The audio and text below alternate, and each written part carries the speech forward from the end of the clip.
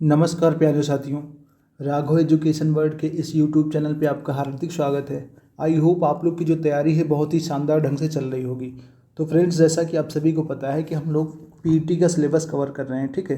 तो उसके अंतर्गत आज से हम लोग जो है पॉलिटी की जो आपका सिलेबस दिया गया है पीईटी के ऑफिशियल सिलेबस के अकॉर्डिंग, तो उसको आज हम लोग स्टार्ट कर रहे हैं। और उसके अंतर्गत आज हमारा पहला टॉपिक है मौलिक अधिकार। तो हम लोग आज मौलिक अधिकार से जुड़े जो इम्पोर्टेंट फैक्ट्स हैं, आपके जो क्वेश्चन आपके एग्जाम में बन सकते हैं, उन पर डिस्कशन करेंगे। तो वीडियो स्टार्ट करने से पहले अगर आप लोग चैनल पर पहली बार आए हैं तो चैनल को सब्सक्राइब करें और बेल आइकन को प्रेस कर लें, ताकि मैं जब भी कोई वीडियो अपलोड करूं तो उसका नोटिफिकेशन आपको सबसे पहले प्राप्त हो सके। तो चलिए स्टार्ट करते हैं। तो सबसे पहले हम लोग जान लेते हैं मूल अधिकार क्या होते हैं। तो मूल अधिकार जो होते हैं भारतीय संविधान द्वारा भारतीय नागरिकों को दिए गए वे अधिकार होते हैं जो उसकी राज्य के द्वारा किए गए कार्यों से सुरक्षा प्रदान करते हैं, ठीक है। कुल मिला के जो मौलिक अधिकार हैं वो व्यक्तियों की राज्य के कार्यों से एक प्रकार की गारंटी है कि वो उससे उसकी सुरक्षा करते हैं, ठीक है। और इसके बाद बात करें मौलिक अधिकारों की, तो इनका उल्लेख संविधान के भाग 3 में किया गया है, ठीक है। इनका उल्लेख संविधान के भाग 3 में किया गया और अनुच्छेद 12 से 35 के बीच में इनका उल्लेख किया गया है, ठीक है। याद रखिएगा 12 से 35 के बीच में। इसके बाद हम लोग देखते हैं कि मूल अधिकार व्यक्ति तथा राज्य के बीच सामंजस्य स्थापित कर राष्ट्रीय एकता और शक्ति में वृद्धि करते हैं, ठीक है। तो मूल अधिकार क्या है? ये व्यक्ति तथा राज्य के बीच एक प्रकार से सामंजस्य स्थापित करते हैं, ठीक है, जिससे कि राष्ट्र की एकता और शक्ति में वृद्धि होती है।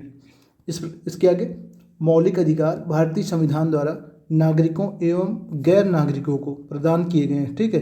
तो जो मौलिक अधिकार हैं ये भारतीय नागरिकों को तो उपलब्ध है ही, उसके साथ साथ ये जो गैर नागरिक हैं उनको भी कुछ अधिकार दिए गए हैं, लेकिन उनको सीमित मात्रा में ये अधिकार प्राप्त हैं, ठीक है। इसके बाद मूल अधिकार का विकास सर्वप्रथम ब्रिटेन में हुआ था। याद रखिएगा कि मौलिक अधिकार का जो विकास है सर्वप्रथम कब हुआ था, तो ये कहाँ हुआ था? ब्रिटेन में हुआ था। बात करें कब, तो ये 1215 के आसपास लगभग ये वहाँ पे इसकी शुरुआत हुई थी, ठीक है।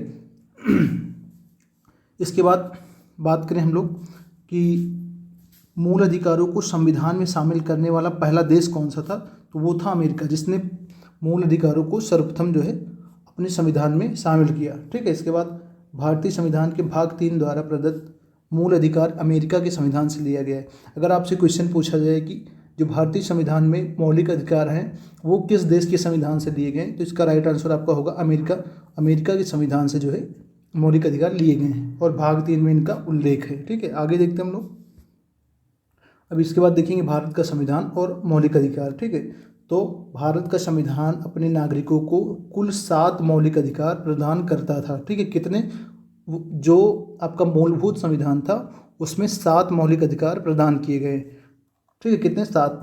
किंतु 44वें संविधान संशोधन अधिनियम 1978 द्वारा संपत्ति के मूल अधिकार को समाप्त कर दिया गया। ये आपका वेरी इंपॉर्टेंट है, इसको नोट करके रखिएगा।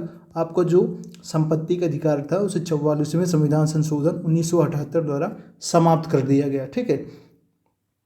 आगे बात करें हम लोग, तो वर्तमान में भारतीय नागरिकों को कुल 6 मौलिक अधिकार प्रदान किए गए हैं, ठीक है। तो अगर आपसे पूछा जाए कि भारतीय नागरिकों को वर्तमान में कितने मौलिक अधिकार प्राप्त हैं, तो 6। अब हम लोग उन 6 मौलिक अधिकारों को जान लेते हैं। तो सबसे पहले उनमें है आपका समानता का अधिकार, ठीक है। दूसरा है स्वतंत्रता का अधिकार, तीसरा शोषण के विरुद्ध अधिकार, चौथा है धार्मिक स्वतंत्रता का अधिकार, पांचवा संस्कृति तथा शिक्षा संबंधी अधिकार, छठा है आपका संवैधानिक उपचारों का अधिकार, ठीक है।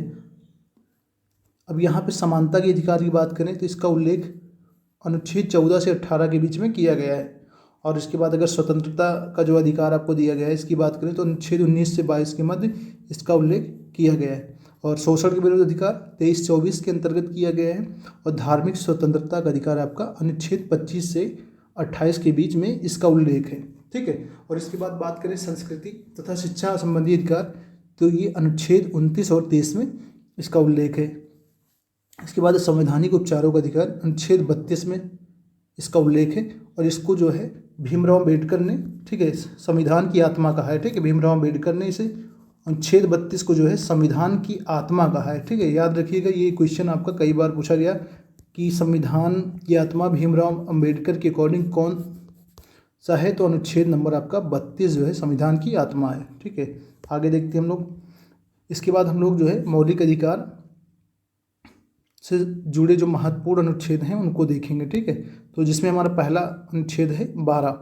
ठीक है, तो 12 क्या है, 12 में भाग 3 के प्रयोजनों के लिए राज्य शब्द को जो है परिभाषित किया गया है। ठीक है, तो इसके अंतर्गत बताया गया है कि राज्य क्या है। ठीक है, इसके बाद 13वां अनुच्छेद है हमारा, ये मौलिक अधिकारों से असंगत विधियों से, इसके अंदर मौलिक अधिकारों से जो तर्क न खाने वाली विधियां बनाई जाती हैं यानी कानून बनाए जाते हैं, उनके बारे में कुछ प्रतिबंध लगाए गए हैं। ठीक है, वहाँ बताया गया कि कैसे उन पर रोक लगाई जा सकती है। ठीक है, इसके बाद हमारा अगला है अनुच्छेद 14, इसमें विधि के समक्ष समता। ठीक है, इसका उल्लेख है। अनुच्छेद 15 में धर्म, मूलवंश, जाति, लिंग, जन्मस्थान के आधार पर विभेद का निषेध किया गया है। ठीक है, इसके बाद हमारा अगला अनुच्छेद है 16, इसमें अवसर की समानता का उल्लेख है। 17 में अस्पृश्यता का अंत यानी कि छुआछूत का अंत जो है अनुच्छेद 17 के तहत बताया गया है कि छुआछूत का अंत कैसे होगा। इसके बाद 18 है अनुच्छेद 18, उपाधियों का अंत। ठीक है, अनुच्छेद 19, इसमें स्वतंत्रता के अधिकार का उल्लेख किया गया है। और अनुच्छेद 20 में अपराधों के लिए दोष सिद्धि के संबंध में आरक्षण। ठीक है, तो अनुच्छेद 20 में अपराध के संबंध में आपका दोष सिद्ध होने पर कैसे उससे आप बच सकते हैं, इस बारे में उल्लेख किया गया है। ठीक है, इसके बाद आपका अनुच्छेद 21 है, प्राण एवं दैहिक स्वतंत्रता का अधिकार। ये आपका काफ़ी इंपॉर्टेंट है, इसको याद रखिएगा। प्राण एवं दैहिक स्वतंत्रता का अधिकार अनुच्छेद 21 के तहत इसका वर्णन किया गया है। आगे देखते हैं हम लोग। इसके बाद अनुच्छेद 22, इसमें गिरफ्तारी और निषेध संबंधी संरक्षण है। ठीक है, अगर आप गिरफ्तार कर लिए जाते हैं तो उस समय आपको क्या क्या राइट से प्रदान किए गए हैं संविधान द्वारा, इसमें इस बात का उल्लेख किया गया। ठीक है, इसके बाद अनुच्छेद 23, इसमें मानव के दुर्व्यापार और बलात् श्रम का प्रतिषेध, इसका उल्लेख किया गया है। ठीक है, याद रखिएगा आप लोग। ठीक है, जो मानव शरीर का दुर्व्यापार होता है आपका, ठीक है, उसको कैसे प्रतिबंध लगाया जाएगा, ये उल्लेख किया गया।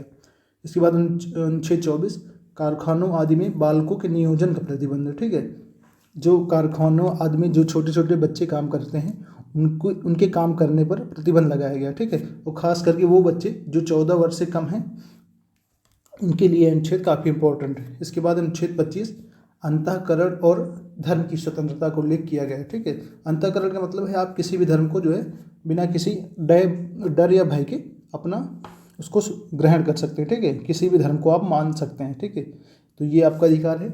इसके बाद अनुच्छेद 26 में धार्मिक कार्यों के प्रबंध की स्वतंत्रता को उल्लेख किया गया है। अनुच्छेद 27 में किसी विशिष्ट धर्म की अभिवृद्धि के लिए करों के समुदाय के बारे में स्वतंत्रता है। ठीक है, इसके बाद अनुच्छेद 28, शिक्षण संस्थानों में धार्मिक शिक्षा तथा धार्मिक उपासना में उपस्थित होने की स्वतंत्रता है। ठीक है, तो जो धार्मिक पूजा वगैरह होती हैं विद्यालयों में, उसमें आपकी उपस्थित होने की जो स्वतंत्रता है उसका उल्लेख किया गया है। इसके बाद अनुच्छेद 29, इसमें क्या है, अल्पसंख्यक वर्गों के हितों का संरक्षण इसी अनुच्छेद के तहत बताया गया है। ठीक है, अल्पसंख्यक वर्गों के बारे में। इसके बाद अनुच्छेद 30, शिक्षण संस्थाओं की स्थापना और प्रशासन करने का अल्पसंख्यक वर्गों का अधिकार। ठीक है, जो अल्पसंख्यक समुदाय के लोग हैं वो शिक्षण संस्थाओं की स्थापना कर सकते हैं और उनके प्रशासन करने का अधिकार इसी में बताया गया है। इसके बाद अनुच्छेद 31, ठीक है, संपत्ति का अनिवार्य अर्जन, जिसे कि जो है 44वें संविधान संशोधन द्वारा समाप्त कर दिया गया। ठीक है, 44वां संविधान संशोधन जो कि आपका हुआ था 1978 में, उसके तहत इसको समाप्त कर दिया गया। ठीक है, तो इस समय अनुच्छेद 31 आपका समाप्त हो गया है, इसका उल्लेख अब नहीं है। ठीक, और अनुच्छेद 32, इसे संवैधानिक उपचारों का अधिकार कहा जाता है। इसे अभी मैंने बताया आपको संविधान डॉक्टर भीमराव अम्बेडकर ने जो है इसको संविधान की आत्मा बोला है। ठीक है, संविधान की आत्मा, तो याद रखिएगा। आगे बढ़ते हैं हम लोग और देखते हैं कुछ और इम्पोर्टेंट फैक्ट्स।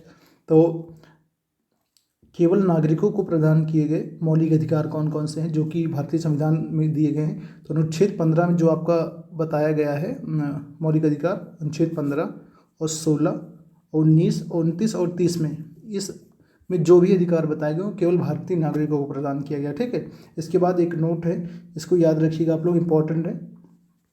कि अनुच्छेद 20 तथा 21 को छोड़कर सभी मौलिक अधिकार आपात के समय निलंबित कर दिए जाते हैं। ठीक है, याद रखिएगा, जब कभी भी राष्ट्रीय आपात की घोषणा की जाती है तो उस समय अनुच्छेद 20 और 21 को छोड़कर सारे जो आपके मौलिक अधिकार हैं वो समाप्त कर दिए जाते हैं। ठीक है, आगे देखते हैं। तो फ्रेंड्स, इस वीडियो में हम लोगों ने जो है देखा मौलिक अधिकार से जुड़े जो इंपॉर्टेंट फैक्ट्स हैं उनसे जुड़े अनुच्छेद, जो कि आपकी पीटी एग्ज़ाम के लिए काफ़ी इंपॉर्टेंट है। आप इसको देख कर जाइएगा, आपकी ये काफ़ी बेनिफिशियल साबित होंगे आपके लिए। ठीक है, एक दो बार रिवाइज कर लीजिएगा तो आपका पूरा कंप्लीट हो जाएगा। आई होप आप लोग को जो वीडियो है पसंद आया होगा। ठीक है, वीडियो पसंद आया तो वीडियो को लाइक कर दें, चैनल को सब्सक्राइब कर लें। मिलते हैं आप लोगों से नेक्स्ट वीडियो में, तब तक के लिए धन्यवाद।